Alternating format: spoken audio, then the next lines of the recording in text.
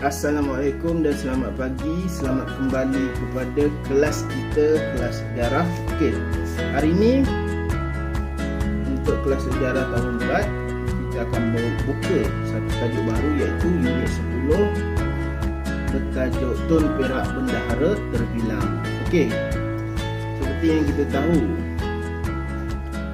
Tun Perak ni adalah salah satu tonggak utama dalam pentadbiran Kesultanan Melayu Melaka, dan beliau ni adalah antara orang-orang yang berasal daripada keluarga pembesar. Okey, kita tengok sedikit biodata dia. Nama beliau adalah Tun Perak dan nama bapa beliau adalah Bendahara Seri Wak Raja Tun Perpatih Serdang. Maknanya bapa dia ni adalah bendahara. Sebelum dia menjadi bendahara, bapa dia juga adalah seorang bendahara. Okey, dia mempunyai dua orang adik-beradik, Tun Kudu dan Tun Perpatih Putih. Okey, jawatan yang disandang oleh Tun Perak ini adalah Penghulu Kelang, Penghulu Bendahari Melaka, Bendahara Melaka. Okey, kita boleh tengok seterusnya kita tengok sedikit dia punya riwayat hidup.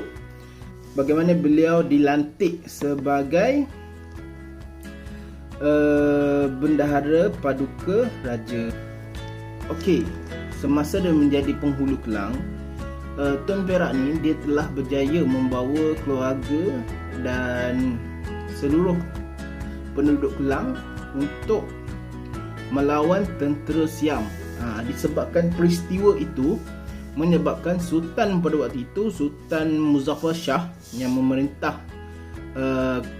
Melaka, dia melihat bahawa Tun Perak ni mempunyai satu kebijaksanaan lah dalam berani melawan tentera Siam, dan disebabkan itu dia pun dianugerahkan gelaran Bendahara Paduka Raja. Dan yang kemudiannya beliau telah berkhidmat dengan Kesultanan Melayu Melaka ni sebanyak 4 ataupun 5 orang sultan. 4 orang sultan, iaitu Sultan Muzaffar Shah, Sultan Mansur Shah, Sultan Alauddin Shah dan Sultan Mahmud Shah yang terakhirlah, sehingga beliau meninggal dunia. Sebelum beliau meninggal dunia, Tun Perak ni ada memberi pesan kepada Sultan Mahmud Shah ketika itu, kerana beliau meminta bahawa dia mewasiatkan kepada Sultan Mahmud Shah supaya menjalankan satu pemerintahan yang adil dan saksama. Okey, selesai kat situ kita boleh nampaklah bagaimana sikap Tun Perak ni cukup orang kata sangat prihatinlah kepada siapa yang dia bekerja, dan bagaimana dia menasihat Sultan Mahmud Shah waktu itu yang lebih muda pada dia. Dia tahu ketika zaman Sultan Mahmud Shah ni berlaku sedikit masalah lah. Okey, seterusnya kita pergi kepada peranan Tun Perak.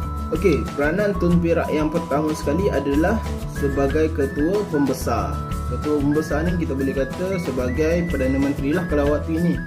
Okey, dia menjalankan tugas sultan apabila sultan gering atau ke luar negara. Okey, gering ni bermaksud tidak sihat lah. Dan menjalankan tugas-tugas pentadbiran atas arahan Sultan Melaka, memastikan pelaksanaan undang-undang negeri Melaka dipatuhi. Okey, ni samalah tugasan dia, sama dengan Perdana Menteri. Yang pertama sekali adalah menjalankan pentadbiran, yang kedua memastikan pelaksanaan undang-undang ni dijalankan dengan baik. Terusnya kita tengok peranan Tun Perak ini adalah penasihat kepada Sultan. Beliau menasihati Sultan dalam hal ehwal pemerintahan. Maksudnya apa-apa tindakan daripada Sultan, dia akan memberi satu nasihat bagaimana adakah ini sesuai ataupun tidak. Maksudnya kat sini kita boleh nampak yang peranan Tun Perak ni dia memastikan tindakan daripada raja itu dia akan menasihatilah tindakan ni betul atau tidak. Sebab Tun Perak ni lebih memahamilah sistem pentadbiran ataupun memahami selok-belok pentadbiran lah. Faham? Seterusnya, Tun Perak ni juga menasihati Sultan supaya memerintah kerajaan mengikut ajaran Islam. Okey. Seterusnya kita boleh tengok sebagai ketua diplomat. Okey. Ketua diplomat ni apa peranan dia? Menguruskan hubungan diplomatik dengan kerajaan lain seperti China dan Siam. Macam mana tu? Okey, kalau sekarang ni kita boleh nampak hubungan diplomatik ni banyak berlaku kan dekat negara kita. Okey, kalau zaman dulu menguruskan hubungan diplomatik ni Tun Perak ni lah orang yang perlu tahu tentang wakil-wakil daripada Siam ataupun China yang datang ke negara atau datang ke Melaka ketika itu. Beliau perlu menyambut kehadiran tetamu ataupun wakil kerajaan China dan Siam. Okey, kita tengok yang kedua tu, menyambut kedatangan utusan dari luar negara seperti Pasai dan China yang ke Melaka. Okey, seterusnya menghantar rombongan persahabatan ke Siam. Okey, bagaimana cara untuk menghantar rombongan ni? Okey, kalau kita faham sedikit untuk pengetahuan semua, menghantar rombongan persahabatan ke Siam ni bermaksud wakil ataupun ketua diplomatik lah. Biasanya ketua diplomat ni kan, Tun Perak ni dia akan pergi ke negara seperti ke kerajaan lain seperti Siam untuk menghantar bunga emas. Dia hantar bunga emas supaya kerajaan Siam melihat bahawa kerajaan Melaka ni menghormati Siam sebagai kerajaan yang lebih dahulu terbentuk sebelum Melaka lah. Sebab kerajaan Siam ni lebih besar dan berkuasa lah daripada Melaka pada ketika itu. Jadi wajar ataupun wajib bagi kerajaan baru seperti Melaka untuk menjalinkan hubungan diplomatik dengan kerajaan Siam. Apa kepentingan dia? Okey, kepentingan dia adalah supaya apabila berlaku masalah, contohnya apabila Melaka diserang oleh negara-negara lain ataupun diserang oleh kerajaan-kerajaan lain, maka kerajaan seperti Siam, Pasai, China dan sebagainya lah akan datang untuk membantu memberi sokongan dari segi ketenteraan lah kepada Melaka.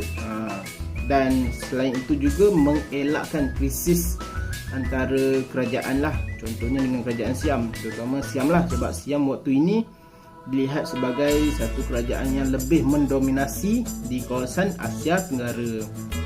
Okey, seterusnya kita pergi kepada Panglima Tentera. Okey, Tun Perak juga membantu Sultan Mansur Shah untuk meluaskan empayar Kesultanan Melayu Melaka. Tun Perak berjaya mengalahkan Pahang yang ketika itu berada di bawah penguasaan Siam. Dan Tun Perak juga membantu Sultan Pasai yang menghadapi perang saudara. Okey, kita boleh nampak kat sini di mana Tun Perak ni dia berjaya. Yang pertama, berjaya meluaskan kekuasaan Kesultanan Melayu Melaka dengan yang pertama sekali dia berjaya mengalahkan Pahang ketika itu di bawah kekuasaan Siam. Maknanya Melaka ni berjaya mengambil negeri Pahang sebagai salah satu negeri di bawah naungan kerajaan Melaka. Maksudnya dia jajah pula negeri Pahang selepas mana Pahang ketika itu dijajah oleh kerajaan Siam. Okey, dan seterusnya Tun Perak ni dia membantu Sultan Pasai untuk menghadapi perang saudara. Inilah pentingnya kita cakap sebagai hubungan diplomat, di mana apabila satu kerajaan tu mengalami masalah, maka kerajaan lain akan membantu untuk kerajaan tersebut menghadapi masalah. Sebagai contoh, inilah bagaimana Sultan Pasai ni menghadapi perang saudara dan dibantu oleh Tun Perak, maka perang saudara ini berjaya diselesaikan dengan pertolongan ataupun kekuatan tentera daripada tentera Melaka ni lah, yang membantu, yang akhirnya masalah ni dapat diselesaikan. Okey, cikgu rasa cukuplah sampai di sini saja. Kita akan sambung tajuk yang seterusnya di minggu-minggu akan datang. Okey, sebab minggu hadapan cikgu rasa cikgu nak bagi kamu satu ujian ataupun satu latihan lah. Okey, cukup sampai sini saja. Assalamualaikum dan jaga diri.